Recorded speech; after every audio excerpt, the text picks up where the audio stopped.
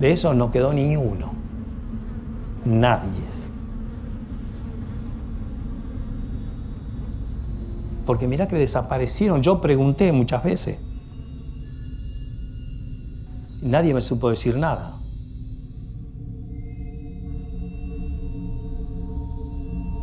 Realmente lo saben los del cementerio.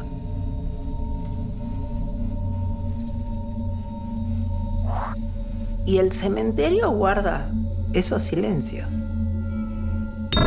El Ritual del Alcaucil es una película documental que está rodada en mi barrio, en el barrio de Avellaneda, en el barrio que yo nací, viví ahí durante 30 años, que es un barrio construido alrededor de 2 cementerios, en donde los vecinos del barrio, que vivieron allí toda su vida y han sido testigos de lo que ha ocurrido en el barrio, sistemáticamente olvidan algunos acontecimientos de la historia colectiva.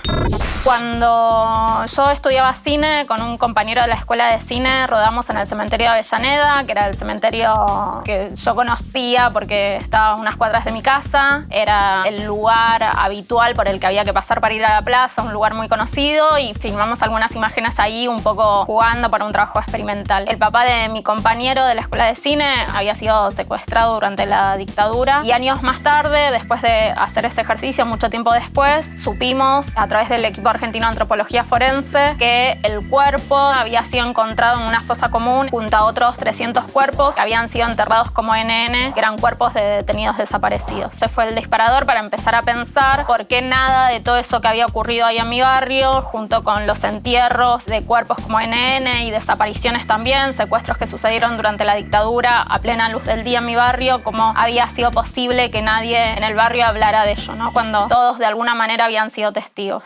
Cuando empecé a pensar en hacer la película, lo primero que aparecía como desafío no era conocer el lugar, porque es mi propio barrio y mi comunidad, sino más bien poder verlo, generar cierto distanciamiento para verlo desde otra manera, ¿no? Como acercarme a ese espacio con una mirada un poco distanciada que me permitiera, por una parte, ser crítica, pensarme a mí misma dentro de esa comunidad como un producto de esa comunidad y también empezar a pensar qué tipo de tratamiento de imagen y de sonido podía darle ese espacio que para mí era tan cotidiano para descubrir qué otra cosa está allí latente que no vemos tan a simple vista. El trabajo era más bien redescubrir una nueva mirada sobre ese espacio.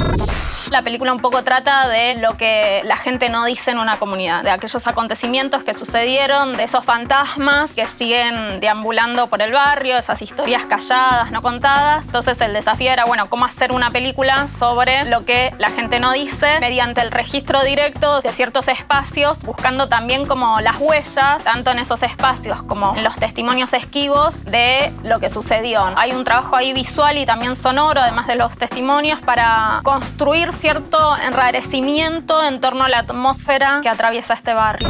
Creo que las mayores dificultades que nos encontramos en el rodaje tenía que ver justamente con encontrar qué tipo de tratamiento de imagen y sonido era el adecuado para contar esta historia, para alejarnos de cualquier relato costumbrista o cualquier visión romantizada de un barrio y de su comunidad. A partir de ahí, eso que habíamos pensado como tratamiento visual y sonoro, poder llevarlo al rodaje. Estaba muy presente la infancia, entonces eso nos habilitaba a incorporar algunos elementos también vinculados a la infancia, pero también desde un tono bastante enrarecido, por momentos como casi más vinculado a un tono siniestro, y también vincularse con los protagonistas de la película desde otro lugar, como salir de ese lugar más familiar. Fue también difícil saber, cuando investigamos y desarrollamos el proyecto, claramente sabíamos que la historia era difícil, que la película también trabaja no solo con esa violencia que atravesó el barrio durante la dictadura, sino también con otras formas de violencia que siguen estando presentes hoy y que muchas veces los vecinos ocultan. Entonces sabíamos que era una película difícil. Parte de lo complejo del rodaje fue enfrentarse con esas situaciones más complicadas. Fue como un desafío humano, social, colectivo, más que cinematográfico también.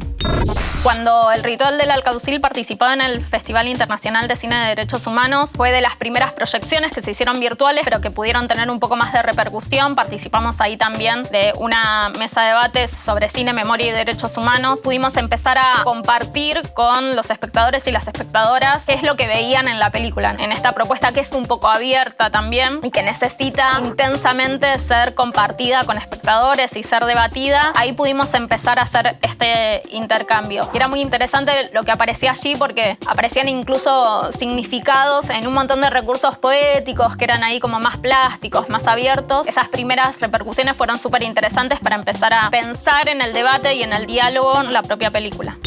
Creo que ahora que estamos volviendo a la sala, que es importantísimo volver porque hay algo que se da cuando uno va a ver una película, una sala, que no tiene solo que ver con las condiciones de la pantalla, el sonido y demás, sino que hay algo que sucede ahí que es una experiencia de encuentro, que tiene que ver con ir a ese espacio que permite una experiencia que de alguna manera es íntima y privada, pero compartida con un montón de extraños. Es importante pensarlo también porque, de hecho, hace mucho tiempo se viene planteando la muerte del cine y a pesar de la pandemia, los cines vuelven a reabrir y los cines nunca dejaron de llevar gente a las salas. Hay algo que está en juego también muchas veces cuando se habla de qué películas van al cine o que el cine ya no es convocante, que tiene que ver a quién le estamos dando las pantallas. Los documentalistas y las documentalistas tenemos trabajos hechos, investigaciones, publicaciones que dan cuenta del promedio de cantidad de espectadores que tienen nuestras películas documentales en los cines. Y no es cierto que la gente no quiera ir al cine, no es cierto que la gente no quiera ver documentales y no es cierto tampoco que el futuro esté en las plataformas de streaming. Las plataformas son un medio, la cuestión es qué tipo de posibilidad de lenguaje, de temáticas, de contenido nos dan esas plataformas, quiénes van a producir para esas plataformas y en función de qué tipo de lenguaje. Hay algo allí que está en juego, creo, que es el propio lugar de enunciación, ¿no? Las propias historias. Vamos a estar condenados a reproducir relatos, narrativas, formas que son hegemónicas y que son dominantes y que además están hiperestandarizadas para las plataformas de streaming, especialmente si veo documentales y veo sentidos que son unívocos en términos de decisiones narrativas y formales. Hay algo allí que está siempre puesto en juego, que es la mercantilización de lo real, llevar lo real a la pantalla a modo de espectáculo. Esa no es la representación de lo real que a mí me interesa, no es la representación de lo real que creo que pueda emancipar a espectadores y espectadoras. Por eso es necesario que tengamos políticas públicas que defiendan el cine como tal, que defiendan el lenguaje y que también defiendan la posibilidad de una cuota de pantalla incluso en las plataformas de streaming.